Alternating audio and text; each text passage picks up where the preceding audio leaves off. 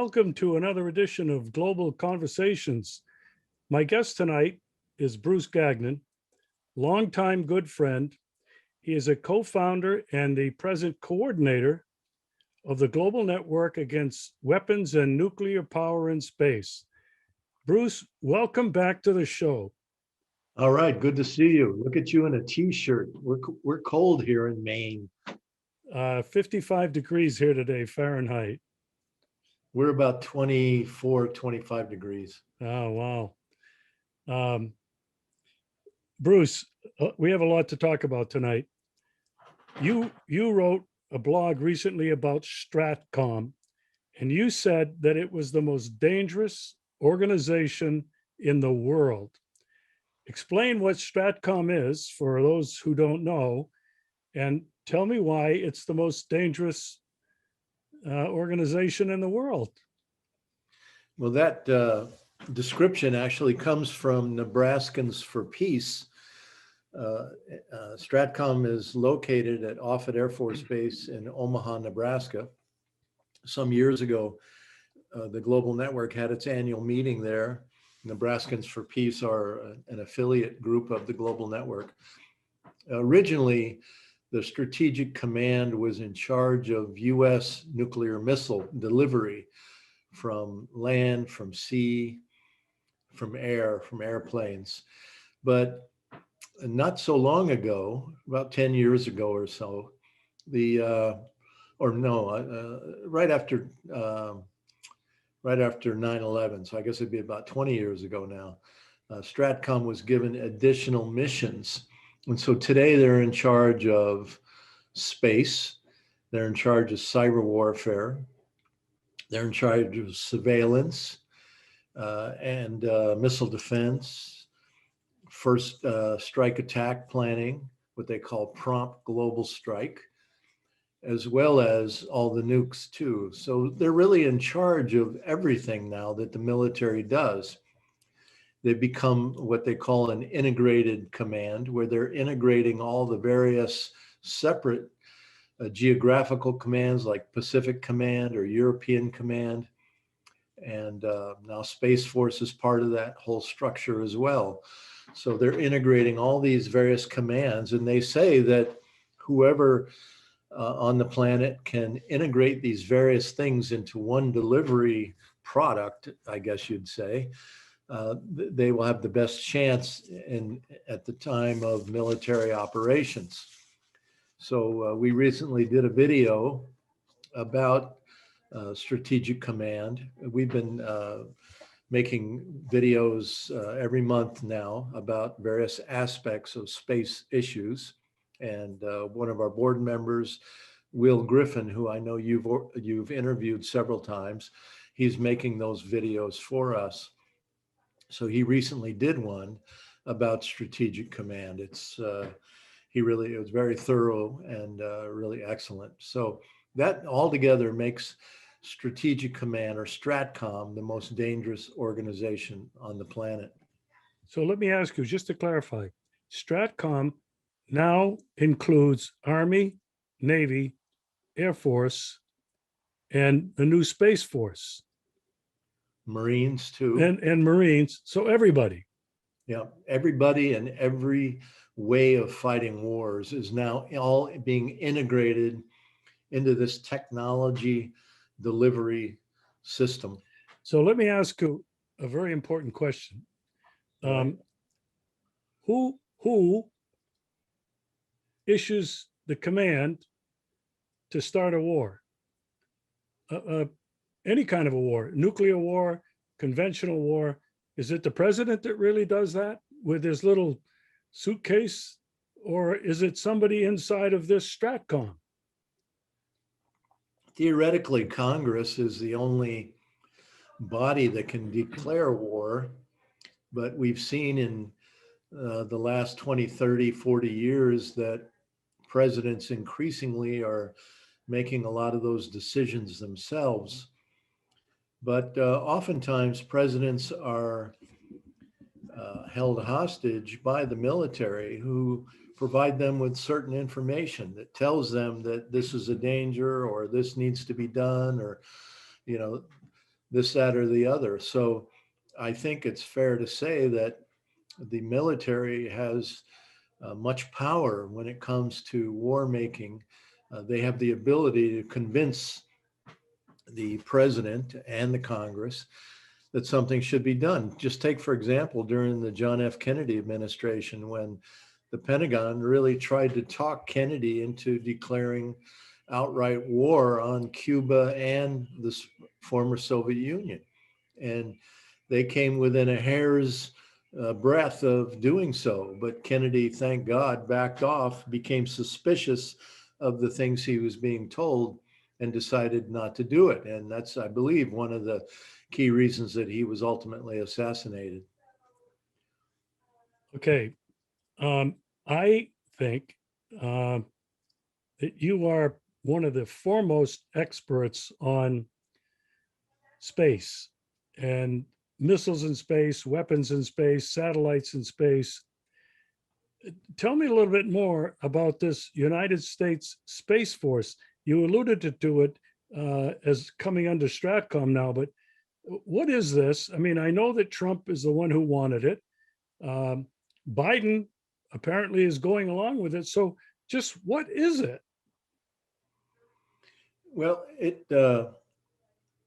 first let me say that there have been pressures even before Biden was in office. We were seeing the signs, pressures coming from the aerospace industry that wanted, for I think financial reasons as much as any, to create a new emphasis on expanded war fighting, preparation in space.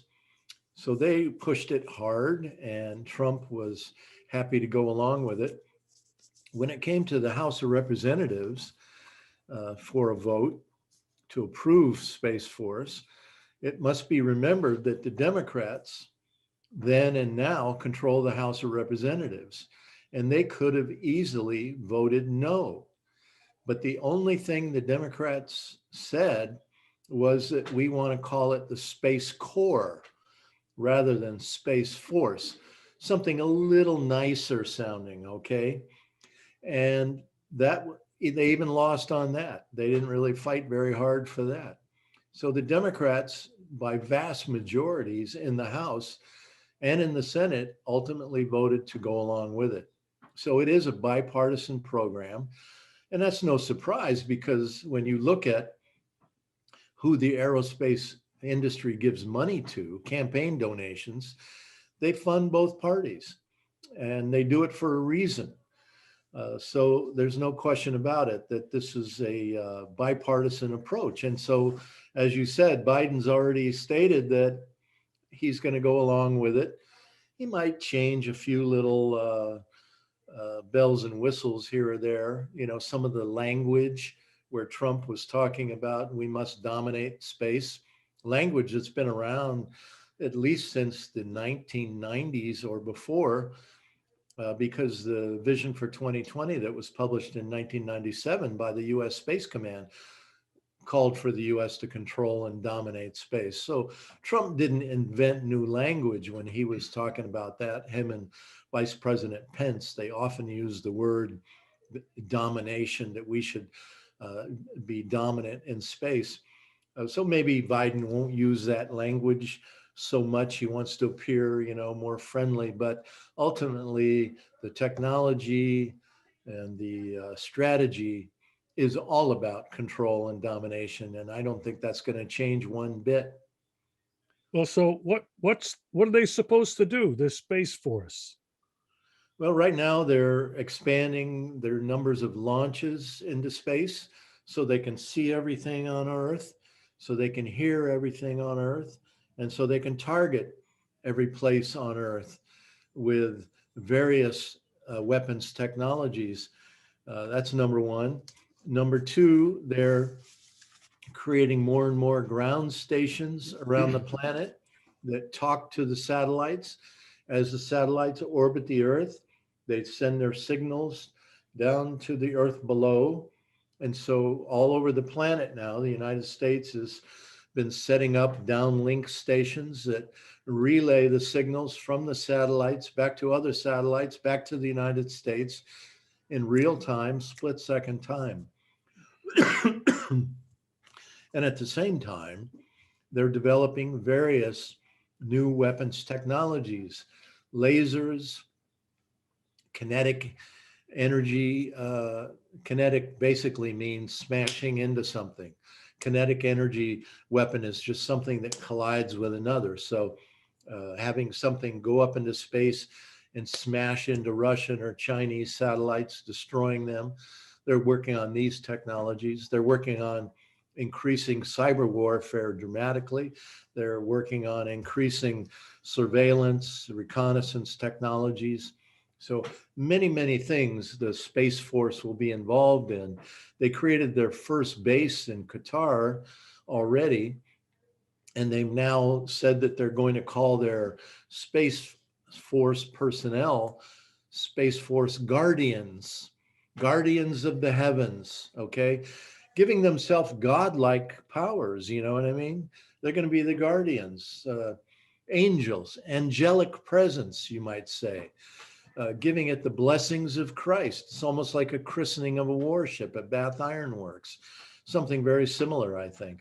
So this in general is the approach. Well, Bruce, they didn't, they just were, they just were formed. Who's been doing all this stuff prior to the Space Force? The Space Command, which And was so did under, the Space Command become the Space Force? the Space Command is under the Air Force. And now they say the Space Force will be under the Air Force, just like the Marines are under the US Navy. The Space Command was created, and then it was shut down, and now it's been recreated. So at the same time, we're going to have the Space Command and the Space Force. Frankly, I can't see much difference between the two. It's a little bit confusing. I don't even think the Air Force knows much what the difference is between the two of them. Oh, It's just an opportunity to spend more money. yeah. And let me say this, when the Space Force was first created, the leadership of it was saying it's going to be a lean organization. They kept using that word. It's going to be a lean organization, meaning that, oh, don't worry, we're not going to ask for a lot of money. Well, already they're saying, hey, we're going to need more money next year because we have such big plans. So as we've all known, this thing is going to be a money suck for sure. No doubt about it. Okay, moving on to just a little bit different topic. You really are an expert on nuclear weapons in space. In fact, the Global Network Against Weapons and Nuclear Power in Space. Are we talking, when we talk about nuclear power and nuclear weapons, are we talking about the same thing, or is it two different things? Yes and no. First of all, the Outer Space Treaty in 1967 at the UN banned nuclear weapons in space. At the time, the US and the former Soviet Union were worried that either side might station nuclear weapons in space and then use them both in space and point them towards the Earth below. So the Outer Space Treaty banned those. Today, Russia and China for, the last 25, 30 years or so, have been trying to amend that treaty or create a new treaty that would ban all weapons in space. Because now what you hear the military lawyers saying is, well, the space-based laser is not violating the Outer Space Treaty because it's not a weapon of mass destruction. The Outer Space Treaty banned weapons of mass destruction, nuclear weapons. They say, these lawyers, military lawyers say, the space-based laser is a weapon of selective destruction and therefore falls outside that original treaty. And so Russia and China have been trying to get a new treaty to ban all weapons of all kinds in space. But the US has refused during both Bush presidencies, during Clinton, during Obama, during Trump, now during Biden. They're going to still refuse. Why? Because the United States has always gone for dominance in space. And they know that they can't have dominance without with a treaty, if there's a treaty banning weapons in space.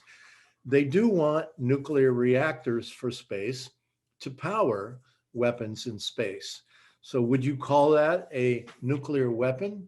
A laser in space orbiting the planet, powered with a nuclear reactor, firing a laser? It's not creating a quote unquote nuclear explosion, but it is a weapon powered with nuclear power. So there's a real kind of gray area there. But in addition, the nuclear industry, viewing space as a new market, wants to put nuclear reactors on the moon and Mars and asteroids and various planets for mining operations. And then they also want nuclear reactors powering rockets as engines in order to cut in half the amount of time it takes to get to places like Mars, because they've discovered that a journey to Mars takes too long and an astronaut's body would turn to jello because of space radiation. And so they want to quicken the time, quicken the trip to Mars. And so nuclear reactors thus remain the only way to have that done at this point. And so it's just recently in our latest newsletter that just came out yesterday, I have several articles that talk about the Department of Energy, who's in charge of creating the nuclear devices for all of these type of missions. They're now putting out requests for proposals to the nuclear industry for nuclear reactors for these various purposes in the coming years. Wow. I want to segue to something related to space, directly related to space.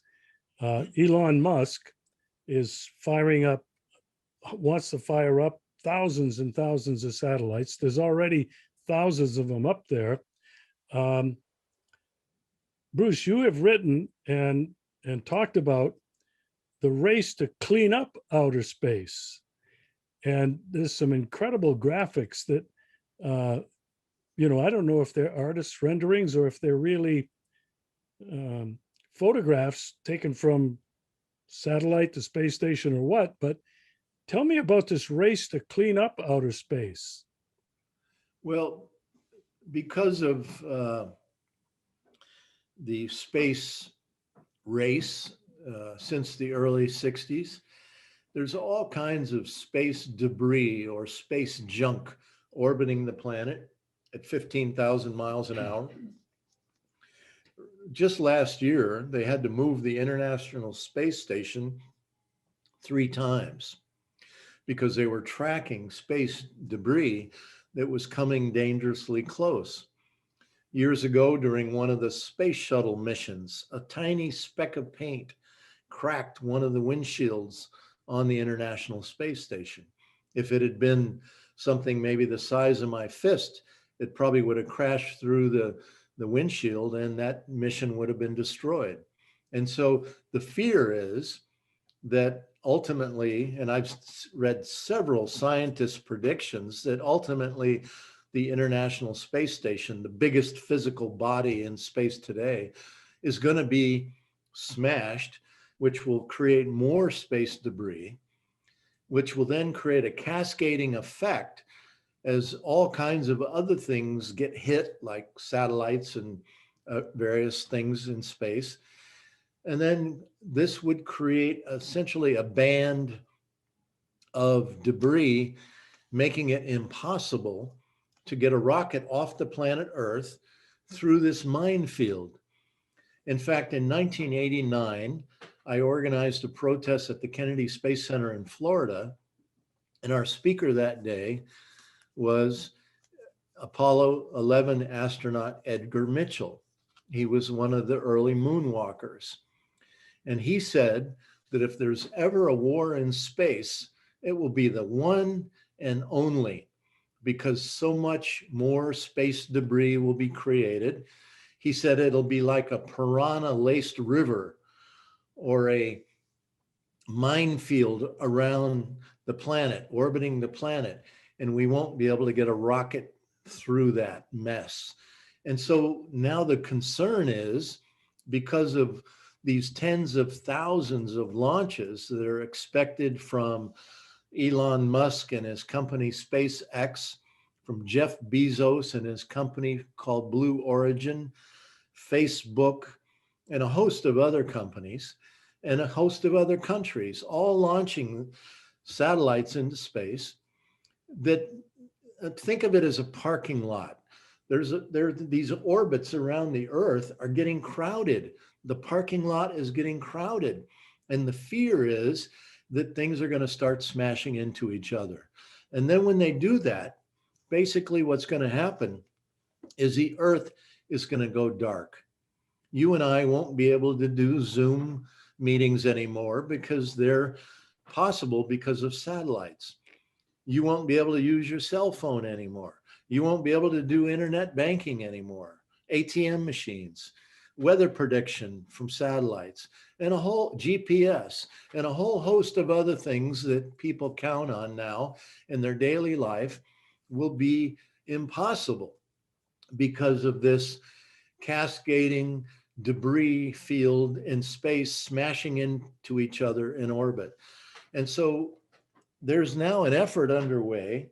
I can't say too much about it, but we had a Zoom call this week with our board, the Global Network board, and a lawyer who is working on a federal legal strategy to have the government recognized that the law is being broken when the FCC, the Federal Communications Commission, gives their permission to launch these thousands, tens of thousands of satellites. They're breaking the law because they're not doing environmental risk assessment that is required by law. And so now we find that this volume of satellites is angering astronomers who no longer can see the night sky because of all the blinking satellites. People on the Earth that are concerned about bees and birds and all kinds of wildlife are concerned because all these 5G satellites are being launched. They want to have a 5G satellite orbiting the Earth so that every single human being on the planet will always have a 5G satellite over their head, making it possible 24 hours a day for them to connect to 5G networks. So, but what you need to make that happen is millions. I think I've read up to 5 million antennas must be placed around the planet in order to receive the signals from the 5G satellites. And then these 5G antennas will create radio waves, radiomagnetic waves that interfere with human and animal life, because these radio waves heat up the water in our bodies. It affects our brain and our physical being, as well as killing off bees and birds and other wildlife. So there are many legal reasons to challenge these things. And so the global network is going to be part of this action that's going to be happening fairly soon, this court action. Well, that's really great. But you know, when you were describing what we'd lose if the space got too cluttered and we couldn't use cell phones, we couldn't do banking, I was thinking, I kind of like that. Except you're going to be screwed because you're not going to get your money anymore. You won't be able to get to your bank. You're going to have to get a rowboat from Crimea through the Black Sea. Be careful you don't crash into any of those Aegis destroyers that are built in Bath, Maine, that are there now, nudging up against the coast of Crimea. You're killing me. You're killing me. Row across the Atlantic Ocean to get back to your bank. You're not going to be able to fly because airlines aren't going to be able to fly because they're not going to be able to see where they're going. No, everything shuts down, Regis. Yeah, you're killing me.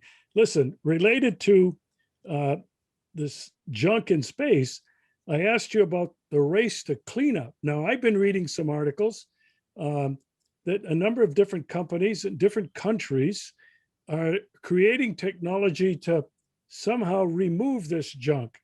But there's got to be millions and millions of pieces of junk up there.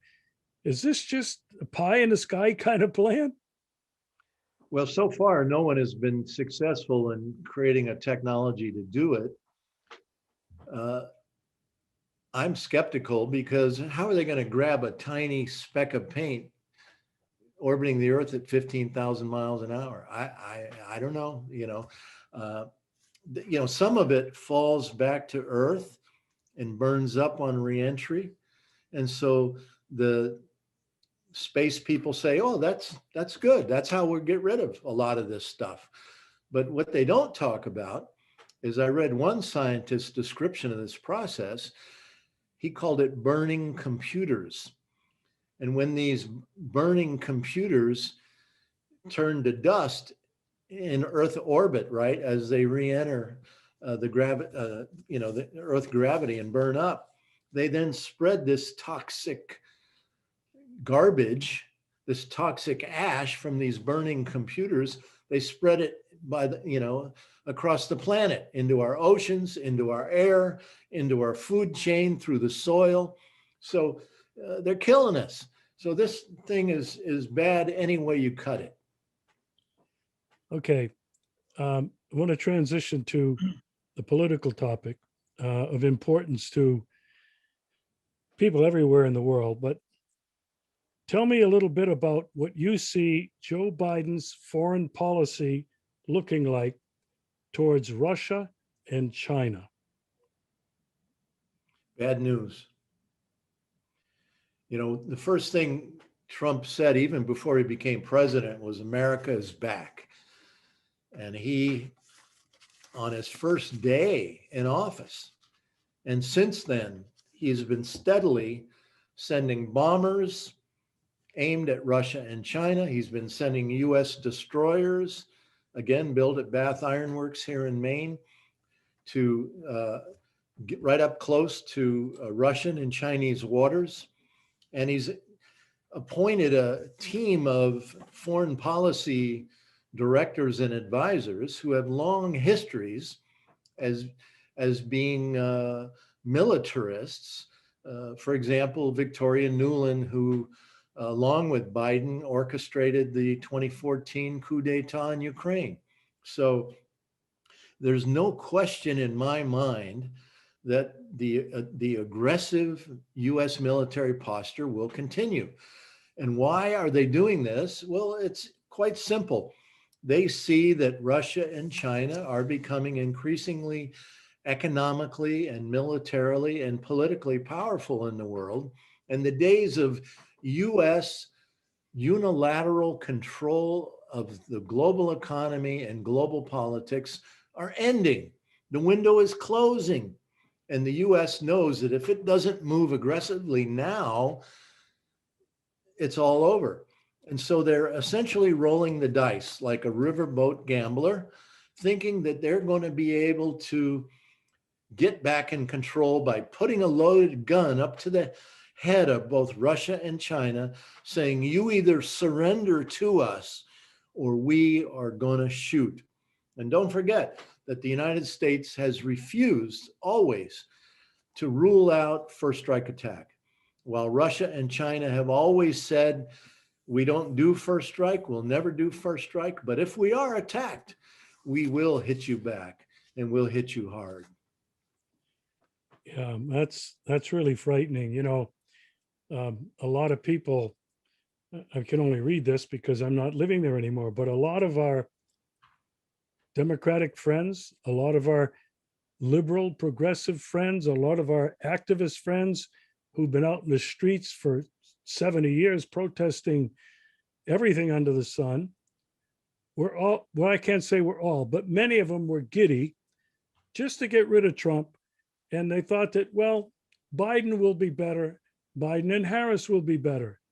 And yet, Bruce, you're living there now. Are these people not paying attention to what Biden has done just in his first couple of weeks in office, what we've just talked about?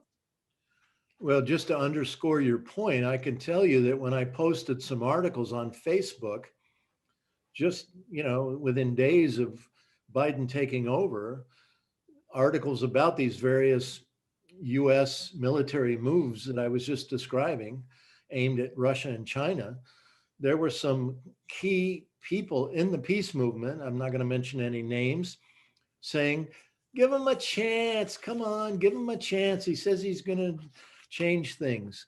Well, these people should know better. But you know what? I find it to be basically an intellectual laziness. People that are unwilling to keep up with the latest news, the latest developments that are going on, that are clearly being reported in various media outlets around the world, and particularly alternative media outlets, ones that we rely on for many years. And people just don't want to hear it. In some cases, they don't want to hear it because they don't want to have to, oh my God, you're telling me that after these years of Trump, I've got to get back out on the street. We saw the same thing happen when Bill Clinton became president. After George Herbert Walker Bush, Bill Clinton and NATO invaded and broke Yugoslavia into pieces. And it was difficult to get quote unquote peace activists, liberals, to speak out against that. When Obama became president, after George W. Bush, and Obama continued the drone operation program and it actually increased it. He continued with many other war-making efforts in various places. It was virtually impossible to get some of these peace activists, liberals, to get out on the streets and protest it, because to them, party trumps anything else. I'll just tell you a story. During the Obama administration, I read a Washington Post article that reported on a poll. They interviewed self-identified liberal voters, and they asked them, do you support Obama's drone program in the Middle East and Africa? And 70% of self-identified liberals, liberal Democrats, said, yes, we do support Obama's drone program. Now, I promise you that if it was Trump or George W. Bush or George Herbert Walker Bush or Ronald Reagan, and they asked liberals, do you support their particular war-making efforts, 70% of those liberals would have said, no, we don't like that at all.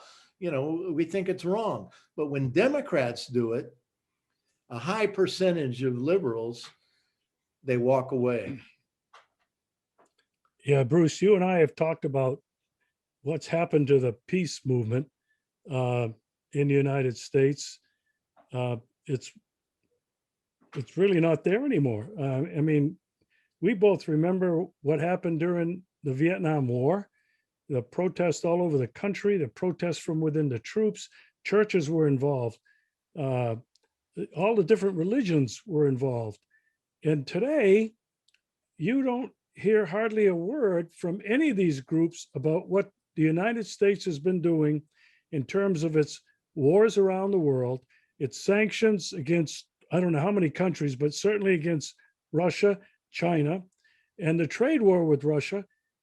Why do you think it's just intellectual laziness or just part of tribal, following the tribe, the party, or could it be something else? Have they been infiltrated? Well, they've been brainwashed. But first, let me say this. It's not fair to say that there is no peace movement, because I promise you, there are people working hard on every single one of these issues we've talked about and many more, okay? We haven't talked about Latin America, all the US efforts to overthrow the Venezuelan government, the Nicaraguan government, the Cuban government. And there are people working in the peace movement on all of those issues and many more. So, but it is fair to say that the peace movement has been dramatically weakened during these times when Democrats are in power. So I think that distinction has to be made if we're going to be fair to some of our dear friends who were working really hard in difficult circumstances.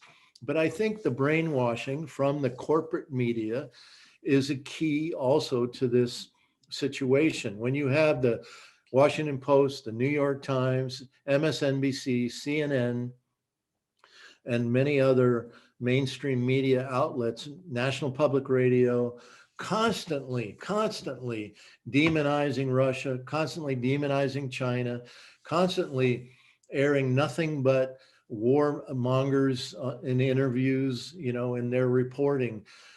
So many people, including these liberal Democrats who see themselves as peace people, they get brainwashed. They get, because again, of an intellectual laziness, because they don't go and read other and look for other opinions. And then when they hear me and you talking, they often will discount us because they said, well, that's not what I read in the New York Times, Bruce. Or there's one other factor. They're afraid that if they do get involved with us, even if they agree with us, that in their social circles of other liberal middle class Democrats, they will be considered,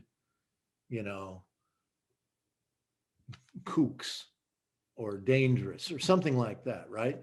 And so that keeps people quiet, even when they know better. I've seen it a million times over the years, and that's a real problem too. Well, you mentioned the social circles, social media. People, more and more people today are realizing that their companies, their organizations, the police department, the FBI, are monitoring them, and they're afraid that's going to affect their job, their employment possibilities.